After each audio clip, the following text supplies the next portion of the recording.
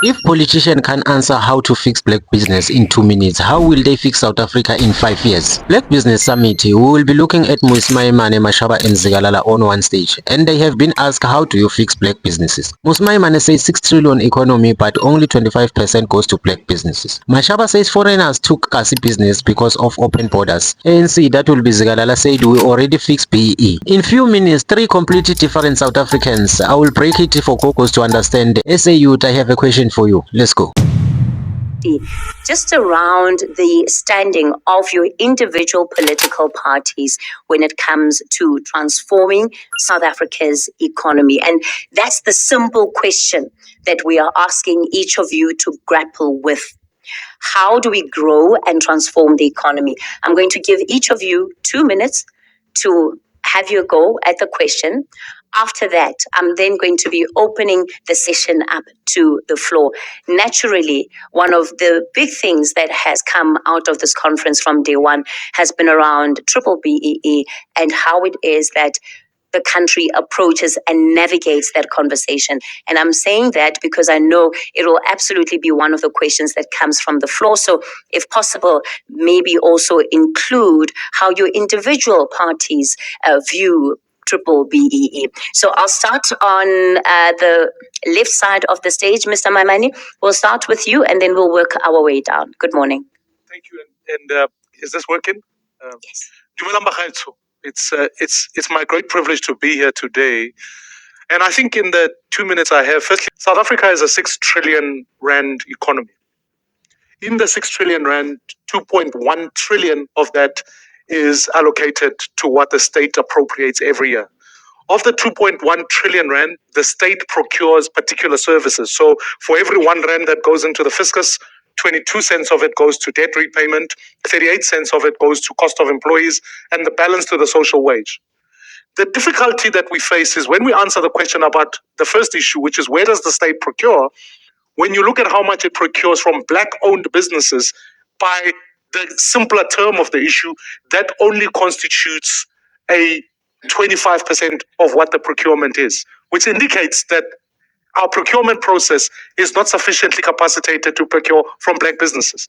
So what do we need to do in dealing with both the 2.1 trillion and the 6 trillion in total? My suggestion is the following. The first is we've got a dilemma in localization. There isn't enough that's made in South Africa. Our manufacturing sector has all but collapsed. And if we're going to stimulate anything, we need to think about what we make here so that we can procure things from here. That's the first. The second is we've got to increase a financing model that allows us to be able to stimulate local businesses, particularly black businesses, located mainly in some instances in townships. We haven't given the appropriate tax incentives to be able to do that. And that's why, as Build One South Africa, we say zero rate tax for businesses that are started and run from townships. The third aspect of the issue beyond financing is how do we ensure that the licensing regime is well monitored?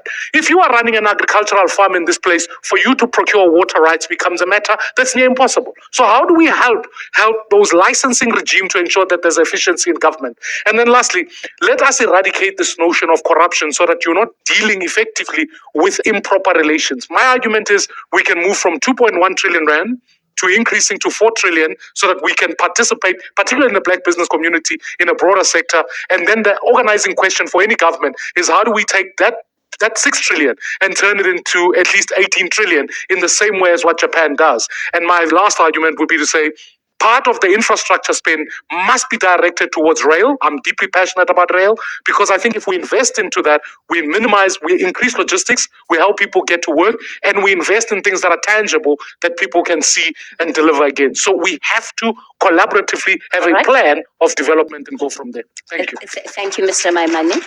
But Mabudim, I'm doing this because I want you to vote for something less sense. Someone Lotokniga something sas. Musmaimane says South Africa is a 6 trillion rand economy, but the government spent 2.1 trillion rand of it. That's a big problem for Zinebandlabamnyam. Government only buys 25% from black businesses. Just imagine. He says our factories collapse. We don't make things here to sell to other countries.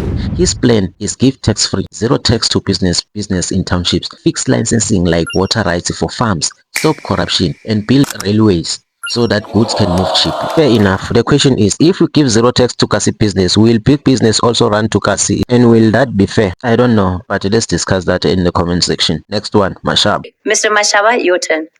Thank you very much, and good morning to everyone and fellow South Africans, particularly black businessmen and women who have gathered here, and some at home who have dismally been failed by the democratic dispensation the last 32 years. We operated under difficult circumstances, impossible circumstances during apartheid without government. Unfortunately, 27th of April brought a nightmare destruction of businesses in our communities. Firstly, the breakdown of the rule of law. I think there's enough studies to understand that you can't build an economy in an environment of chaos. Let me just give a practical, quick example. When I built my business 42 years ago, going from township to township, village to village, working with black entrepreneurs, black salon owners, today, that industry is controlled by everybody else except the people who started it because of the level of lawlessness in our communities, opening our borders for everybody to come in and take over this industry. I think it's unfortunate. Coming out with labor laws that made it impossible for small businesses to comply with this labor regime. That's why a few years ago I used my own money to take Section 32 of the Labor Relations Act to say, we've got trade unions and big businesses conniving against small businesses. Who are the casualties? The small businesses. We have completely failed our people in the townships and our communities to provide them with the right education.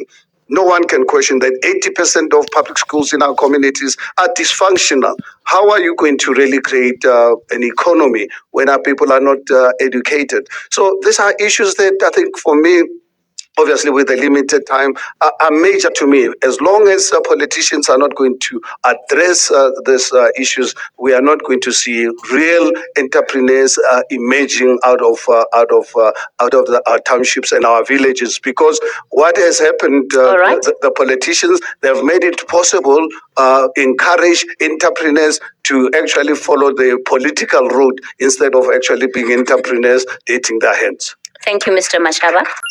That's Mr. Mashaba for you.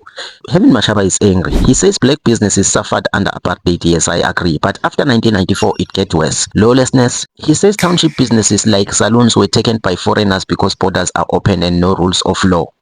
He says labor's law kills small business union and big business work together against small businesses.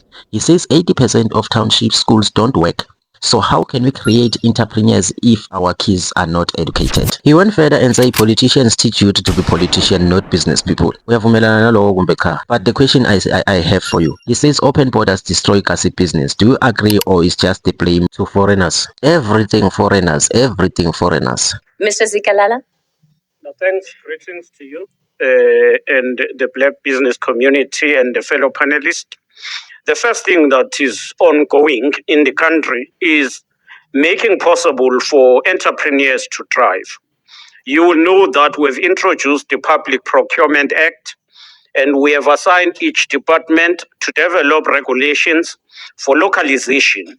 So that opens up the legislative framework to ensure that we have secured and dedicated business opportunities for women, for youth, people with disability.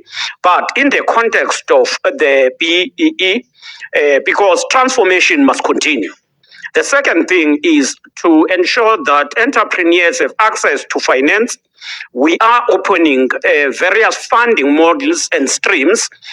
In the construction sector, we've just launched the construction fund together with Minister Ndabini, and that is dedicated to ensure that those who are in the construction sector are supported.